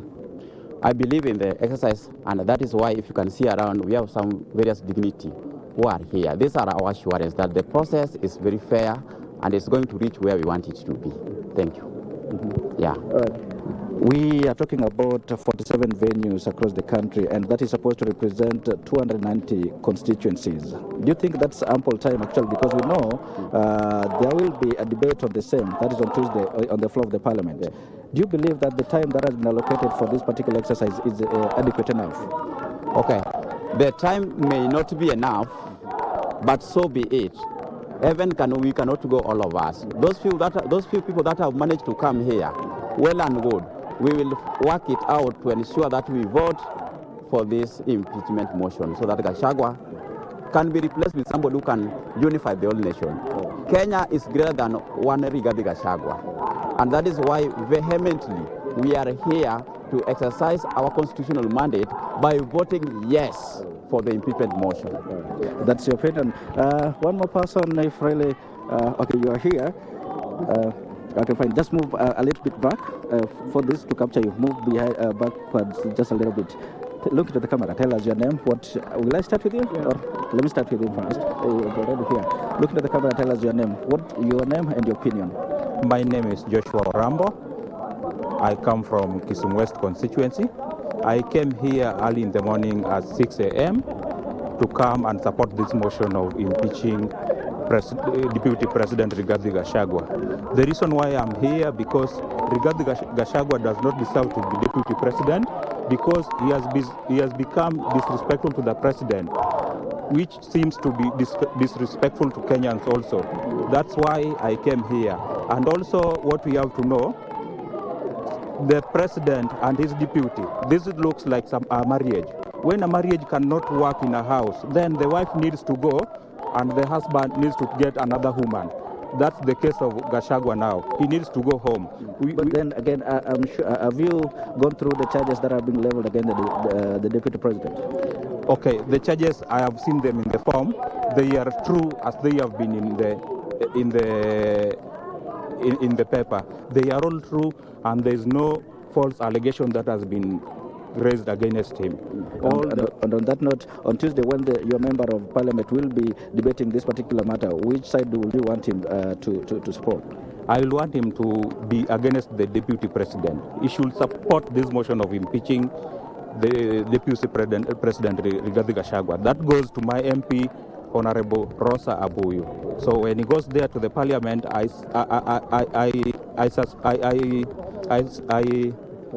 expect him to go with this motion of impeaching the deputy president, Rigathi Gachagua. One last thing, and yourself, your name and your opinion on this matter? I'm Vincent Kabisai, a youth from Nyalenda, Kisumu East. I've come to ensure that the deputy president, Gachagua, he has to go home. Reasons being that he has flagrantly violated the tenets, the principles of the Constitution and the laws of this land. As a deputy president, we expected him to do better than what he has been doing time and time over and over again. So Gachagua must go home. Thank you. Troy, those are just some of the opinions from Kenyans from this side of the country. This is particularly Kisumu. We are at Tomboya Labour College. This is the venue for the public participation exercise that is bringing together all the representatives, or rather Kisumu residents from across the 7 constituencies. Like I've said, we haven't seen the members of parliament here. This exercise is being guided by the staff of the parliament, and what you've heard here is just a representation of what the Kenyans from this side feel about the impeachment motion that has been tabled against the Deputy President Rigathi Gachagua. Like you've heard the mention that Rigathi, being the Deputy President and being the principal assistant of the President, hasn't done much to actually to justify that position. It's that he has repeatedly, a number of times, disrespected the President. That is not my words, but those are some of the opinions expressed by the residents, like we've had them mention. And on that note, they are in support of the motion that is seeking to oust the Deputy President Rigathi Gachagua from office. I know we can't do this all day, but then again, this exercise is still underway, and we'll continue to associate and actually engage these residents here and get to understand what they say, even as the filling of forms continue in that building right in there. But for now, Troy, I know you have an informative discussion in studio, and at this moment, let me just roll it back to you to continue with that discussion rather. Thank you so much, Wycliffe Okech, live from Kisumu. Varied reactions in regards to the whole exercise and also on the impeachment as well. We'll be crossing over back there a little bit later to check more in regards to the responses that Kenyans have on that. And as I had mentioned, we have three gentlemen here who are helping us put things into perspective in regards to the whole exercise today. And gentlemen, I would like us to shift focus to some of the accusations that we'll not be able to go over the 11 accusations, but some of the accusations that the DP is accused of. And a number of Kenyans have mentioned, there's a lady who was talking about more or less that the DP has been accused of balkanizing the country, dividing the country, and especially in his Mount Kenya unity call. And Oscar, you bear me witness that this has really ruffled feathers, and it's one of the charges there, that instead of being a national leader, he's more or less looking at the Murima, as he likes to put it. Yeah, I mean, this is something that could really, actually is really working against him, as we've heard from Kenyans. You know, he made it in his leadership for the last 2 years. He made it okay to even identify himself with where he comes from, with the region he comes from. You see, when you get an election, you are expected to represent people who voted for you and people who didn't vote for you. There are things that cannot be okay even to say. The demeanor of the office of the Deputy President has been undermined, has been seen to be a small thing. He doesn't act presidential. And this is why even protecting, I tell you for a fact, after the Gen Z's protests, there was a meeting of Kenya Kwanza Alliance that was brought in State House. And the members of parliament from the backyard of the Deputy President wanted to start the impeachment process against the Deputy President. It is the President who said, no, you can't impeach him for no apparent reason. Let us wait and organize government.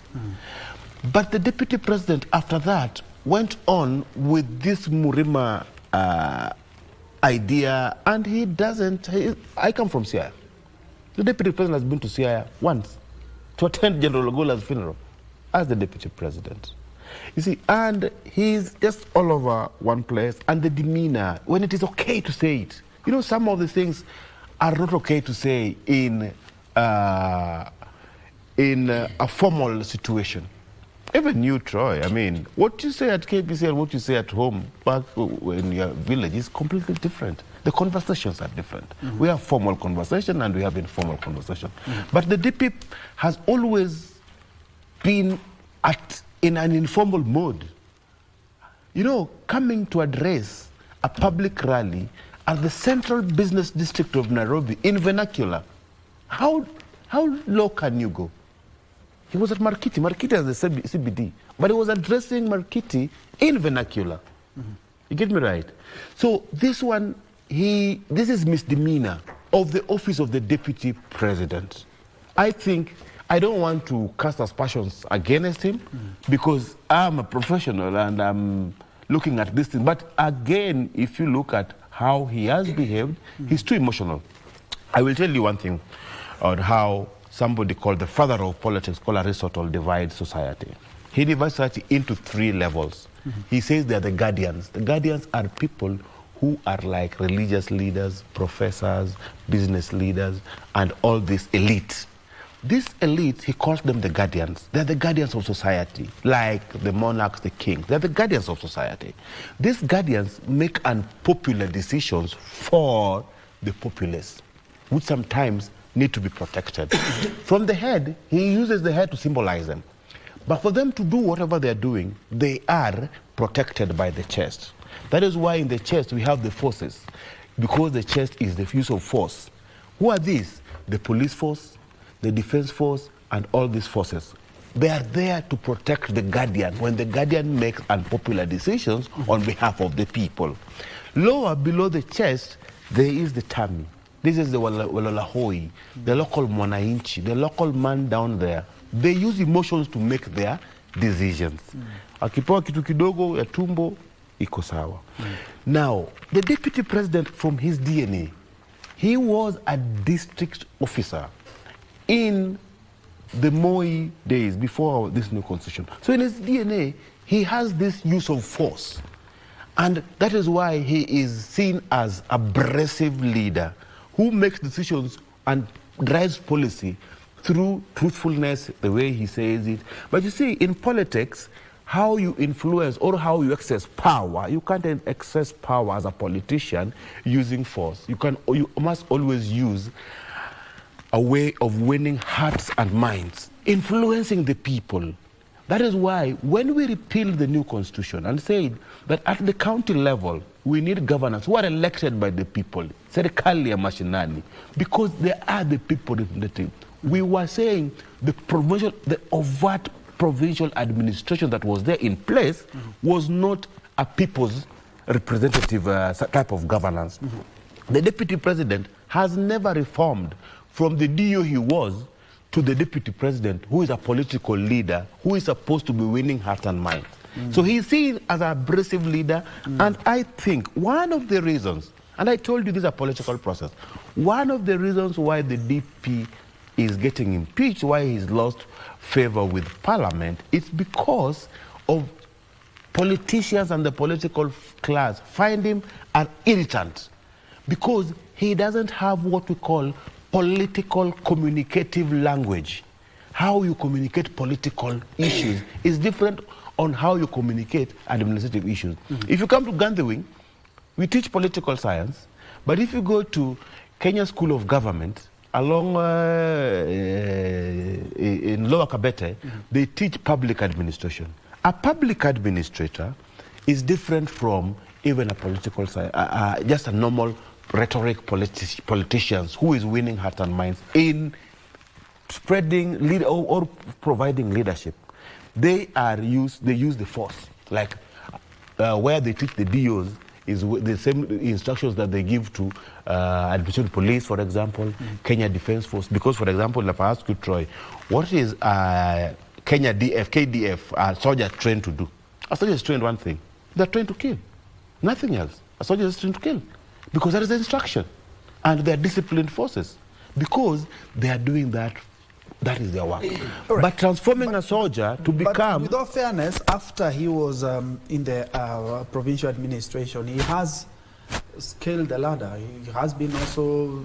They worked closely with Uhuru. They also worked... he also was an MP. So... Can we really judge him with what he was doing? Give a man power and money, then they will be exposed. You know one thing, who has been impeached because of such things? You know, former Governor Sonko, his demeanor was not gubernatorial. He used to tape people, he used to do some of the funny things, and he received this. It was not really about fraud. And that I'm telling you, economic mismanagement. Even the charges against the DP, there are some economic and criminal in nature. But to me, I think those ones are just additional most of the time. If it is corruption... Yeah, because actually a Kenyan has argued in terms of the allegations leveled against him, the financial one, he has been able to buy, I don't know how many hotels, how many parcels of land. Somebody would argue EACC should have been the first ones to raise the red flag, not a first-time MP. I think it's his demeanor and his attitude and the fact that he has no I think the same reason why Sonko was removed from, impeached, and Babayao was impeached, and the DP. If you look at the three politicians who've been impeached, it is the same. It is because of their political communicative language. And I told you, when you lose favor with parliament, and it's a political process, it is not a legal process. It is that somebody will say, and even when you say about Josephat Karanja, why was there a vote of no confidence against him? Or Jacob Zuma? Why was there a vote of no confidence against Jacob Zuma in South Africa? It is because of his demeanor. He could not, he was unfit. Why do we do impeachment? The reason of doing impeachment is to constitutionalize government. Remove anybody who is unfit. In terms of what? Gross misconduct, for example. All right. Meli, let's look at the other side of the coin. We have looked at what the head of the deputy has been talking about, Mambo ya Mlima, every now and then, which some people argue that that is balkanizing the country. The other side of the coin, he says he is a truthful man and politics are local. That is what he said during one of his trips. He said politics are local. We have political formations. We have even how they formed government. It was more or less a political formation based on ethnicity. Why am I saying this? He said when Amason Kingi was coming in, he had his own party. Alfred Mutua, when he's coming in, he had Mandeleo Chap Chap. We had people from URP which mutated into UDA. So he really had a point in regards to how politics are. A good example is we have a broad-based government now. Let's be very honest. They are from parts of Kenya, and mostly those who are perceived to be a little bit radical when it comes to the current serving government.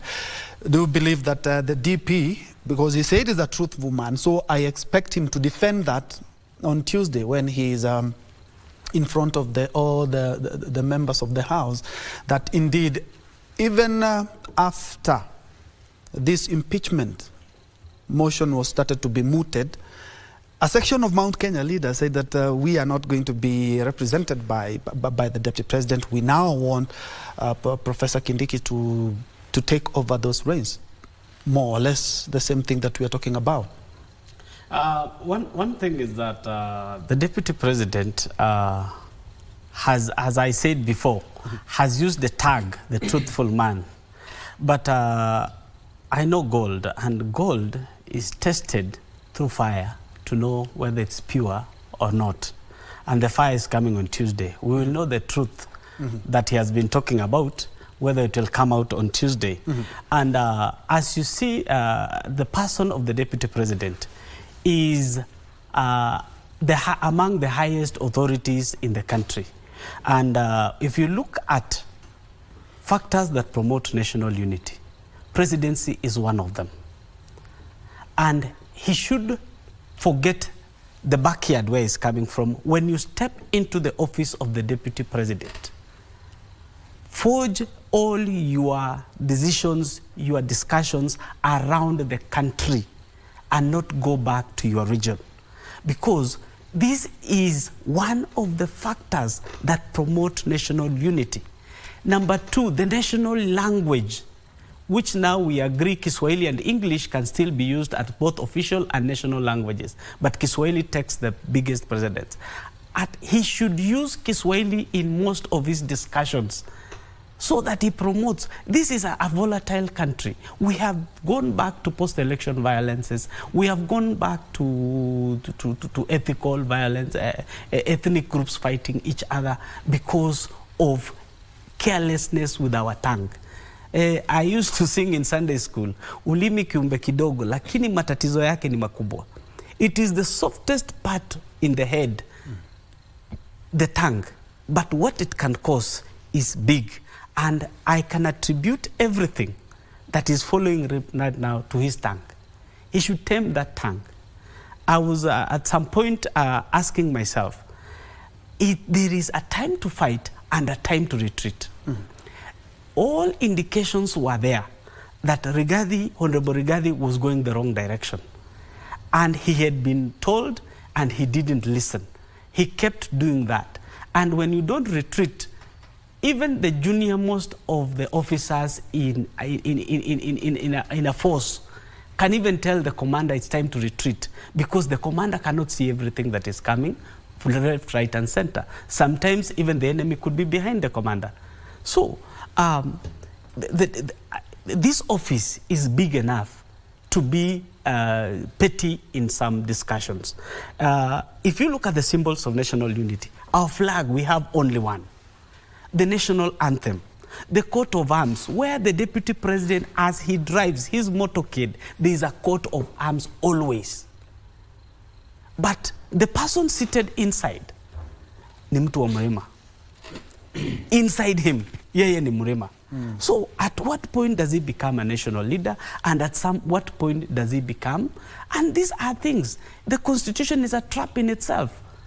Ben Troy, if you misbehave here, you live out here, you'll find handcuffs waiting for you. So, and unfortunately, the president and the deputy president cannot be taken to court at this time. But their main court right now is parliament, and the only process is impeachment. If you violate gross misconduct, and the person who brought this bill has categorically given those things. And you know, as I said before, he who alleges must prove. Yeah. And on Tuesday, these things will be proven, and we will know what are they. Unfortunately, Kenyans are being subjected to public participation without those things coming to the table and the evidence. Yeah. We should look at the evidence first. Before I say I am in support of the deputy president, I should look at the evidence and say, this is it.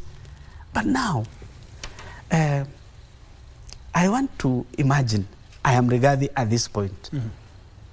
There's an impeachment motion in parliament. There are some 60 voices which have not been heard. 291 have been heard. From 350 or 349, there are around 4 constituencies which don't have members of parliament. So let's say roughly 50. Are these 50 for me? Because we need 233. If you do not understand the composition of the National Assembly, there are 290 elected members of parliament, 47 women reps, 1 from every county, 12 nominated MPs who can take any side at any point, depending on the political parties that brought them. You know, in this constitution, the speaker doesn't vote, unlike the other one. So these gentlemen, 291 of them are not mad. They have a point. And it is only a wise man who listens to advice and changes mind. He has the president, his friend, and he has always called him his friend. Even before him, he calls him my boss, my friend. The friend can save him at this minute. Which is one of the 5 options, actually. That's one option. Go before the president and say, my boss, I have sinned against man and the Constitution of Kenya. Yes? Please save me.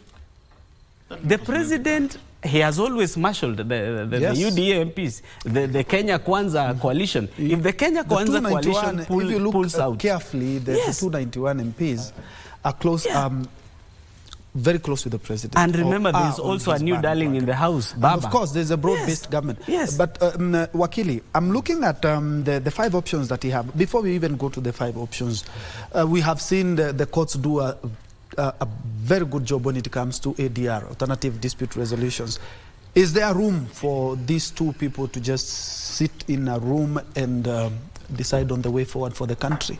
Because we are looking at impeachment, resignations, trying to marshal numbers in parliament. We're also looking at waiting for the impeachment process of even the president himself can marshal his numbers and say, the same way he did with the finance bill. Yes. Well, our constitution pronounces itself as a living document. A document that grows with generations and with the society. And one of the things that it appreciates is a reconciling society. That is why under Article 159 of the Constitution, the Constitution pronounces itself that it welcomes reconciliation, negotiations, and all other forms of alternative dispute resolution mechanisms. So it is not out of the ordinary if the deputy president sits down and attempts to reconcile with the president, if indeed the president is the one that has authored his misfortune. Because there is a possibility or a sense in which some of the accusations are said that he has insubordinated the president. Now, let us just reflect on some of the grounds that have been tabled before the National Assembly. I believe, from where I sit, the total of about 11 grounds that they have suggested that on a number of occasions he has violated certain provisions of the Constitution. But you see, a violation of the Constitution is not in itself sufficient reason that will lead to his ouster from office. The Constitution, sorry, when you reflect at Article 145 of the Constitution on reasons that will form or that will be used to remove him from office, is gross violation of the Constitution. You have gross misconduct. Then you have now reasons to believe that he has committed any offense under the national laws or the international laws. So the mention of the word gross is very deliberate. It's deliberate because we as human beings are not perfect. That because of our imperfection, we end up sometimes or even oftentimes falling into error. So that you might find yourself offending a certain provision of the Constitution, perhaps not so deliberately, but because of a legal misadventure. You know, people are very adventurous. So you will have offended a provision of the Constitution. And now, for us to give force, or for us to, you know, I'm seeing Oscar Omondi writing. I don't know if I'm offending him. You know, he's writing very thoroughly. Now, but he will have his chance. So when you reflect at, you know, the Constitution has some support mechanism that for us to ensure that we have a cohesive society, we have come up with something called the National Cohesion and Integration Act. So it's an act of parliament that has created a body called the National Cohesion and Integration Commission that is independent. In fact, that cohesion acts independently. It does not act under the invitation of the DPP. There was a time when we had the former director of director of public prosecutions, Mohammed, you know, Nuruddin Haji. Sorry, Nuruddin Haji. There was a time when he directed the National Cohesion and Integration Commission to arrest the now very vocal senator, you know, senator for Kisii. He's now Onyonka. Yes, there was an indication that he was supposed to be arrested for having made some utterances that were deemed to be inflammatory. And we went to court to have a stop to that, because you see, from the reading of the National Cohesion and Integration Act, you get a sense that this cohesion, this commission is independent, should act independently. So the question then that I want us to ask ourselves is, in view of these allegations that have been said to form the bulk of the accusations that the Honorable Rigathi Gachagua is facing, has the author of the motion or any other Kenyan, including the panelists who are here, ever reported to the National Cohesion and Integration Commission that indeed the Deputy President has overstepped his mandate? Or is it that it is politically convenient for now to now paint him as black? And you know, when the hyena wants to eat its children, sometimes it accuses its children of smelling like goats. So is it now politically convenient? No, just wait. Oscar. No. Just a minute. So that is it politically convenient for now? Because the Don has been quite very you know, assertive by saying it's a political process. But even when it is a political process, there is now the legal process, because the law has its foundation on politics. It is politics that leads now sometimes to the formation of the laws that we have. It's the political struggle that we had that led to the birth of the current constitution that we are enjoying. So that, well, we must look at all those things. So we have the National Cohesion Integration Commission, which is charged with the mandate of calling to question about all these issues. And then again, because it is important that we highlight this, on the question about the immunity of the presidency. It is not the presidency that has the immunity. It is not the office, or it is not the deputy and the president. No, it is the president of the Republic of Kenya. It is the person of whosoever is occupying the office of the president that enjoys the immunity during his tenure of the presidency. So we do not want him to be you know, busy in a court, running from one court to the next. So that if you believe that Rigathi Geoffrey Gachagua has committed any offense in our law, there is nothing that prevents the state machinery from arresting Rigathi Gachagua and presenting him before the court. But the others were dropped the other day. Now, turning to what he said. Yes. Remember, following his election in the year 2022 into office, there was a push from this very same government that is now accusing him of and you know, they led to the withdrawal of the corruption charges. Yes, in fact, a colossal amount of money to the tune of about 200 million shillings. This is not the money that we have seen with our eyes. We just hear it in the news. So an amount of money that had been you know, confiscated by the state, forfeited to the state, was at the Court of Appeal. I mean, the Court of Appeal, you know, through a consent entered by the state and himself and his council, the money was returned to him. So in a sense, they told us that Rigathi Gachagua is beyond reproach. Ni mweupe kama pamba. So now, the same people who told us that ni mweupe kama pamba, alikuwa amewekelewa, all those things, are now coming again to tell us that, you know, this one should not be trusted. This one is a thief. This one has been stealing. They have listed a number of properties, some of which I have reasons to believe even belong to the brother who is now deceased. Because I have, and I make this confession, I have in the previous past participated in the succession proceedings of the deceased brother. So that who was the governor? Yeah, who was the governor? I was participating to some extent in those succession proceedings. I was advising, I helped in making some advice somewhere. So really, I have gone through and I have seen. So that from where I sit, well, I appreciate that removal of the deputy president is a constitutional process. I mean, we are not amending the constitution. Yes. We have agreed, we agreed in the year 2010 that when we have certain misgivings, that we think that this person has done some violations, then we can remove him. Then the question, again, we need to ask us, because you see, I am here perhaps to provoke us, so that we can think very deeply about the motions. You know, our politicians are not known to be very truthful, and sometimes they mislead us. They talk very highly, then the results that they end up returning are not things that we end up celebrating. So when you look at the question of gross misconduct, this is not something that has not had its way in our courts to determine.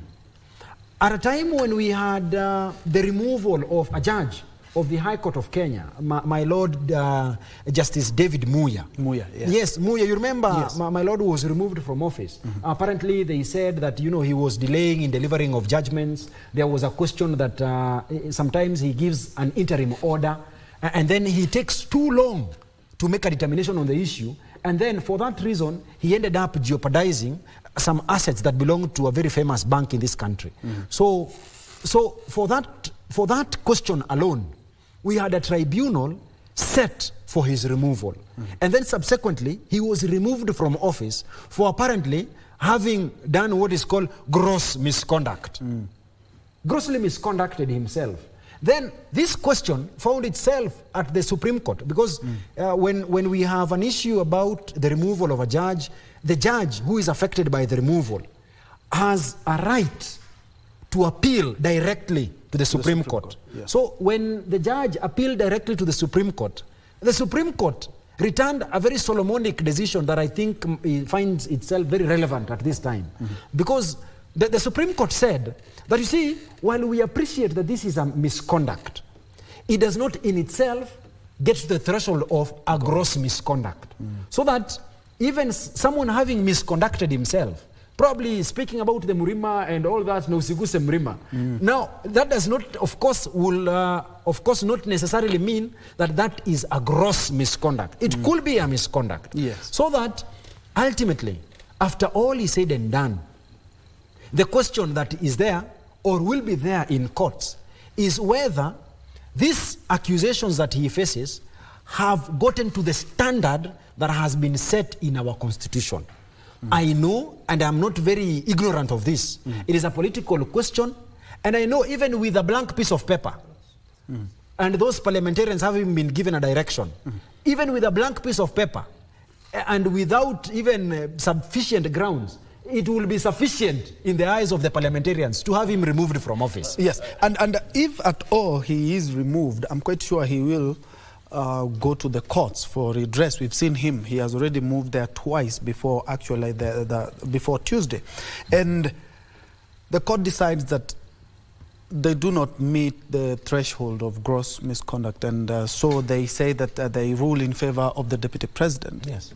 Does he resume his office, and can he be impeached again, and we are back to the same square again as we have seen in the governor's cases? In fact, the Constitution under Article 145, what it proposes to us is that during this whole process, he's still in office. Mm-hmm. If he goes to court and finally gets an order, what is called a conservatory order, an order in terms of an injunction, to stop to stop the implementation of the verdict, he will continue being in office. Remember, the only uncomfortable thing that will happen is he is deemed to be the principal assistant of the president.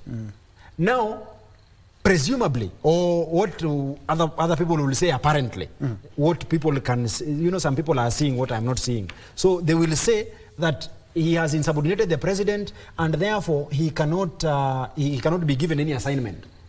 I mean, that is just but a return back to where we were during the second term of Uhuru Muigai Kenyatta, when we had the current president, Dr. William Samoei Ruto, then, just being ignored, not given assignments. He was just in his office at Karen, organizing, and bringing things together. That is what the president decided to do, to ignore him altogether, and to use the person of Dr. Matiang'i to run or to act as his principal assistant. So it is not a situation that we have not conceived in the past. We have conceived of a situation, and we have seen where a deputy president has been ignored. So to answer straight or directly to your question is that we can have a situation where he gets protection from the court, he goes back to his office, continue earning his salary, and perhaps just reading the newspapers, without getting any assignment given to him. And I think this is one of the recommendations that we should have in our constitution, that we should have clearly defined roles of the deputy president, because I think that is where we get it all wrong. Because, the deputy is just relying on assignments. Let him say this, let him do this. And after Omondi has responded, we will be getting back to you to tell us exactly. We have seen this rodeo for now so many years during the founding father. Yes. And it's an office of Odinga. Yes. We have seen during Moi. We've seen during the former president. Yes. How can we, as Kenyans, be protected from all this rodeo? But before then, Omondi, you have right to reply to him. Yes, sure. Even responding to that, but I think we are still jumping the gun, because I told you that impeachment process, the entire impeachment process, it's a political process. You see, what Wakil is saying is mixing the legality of the situation as vis-a-vis the political process.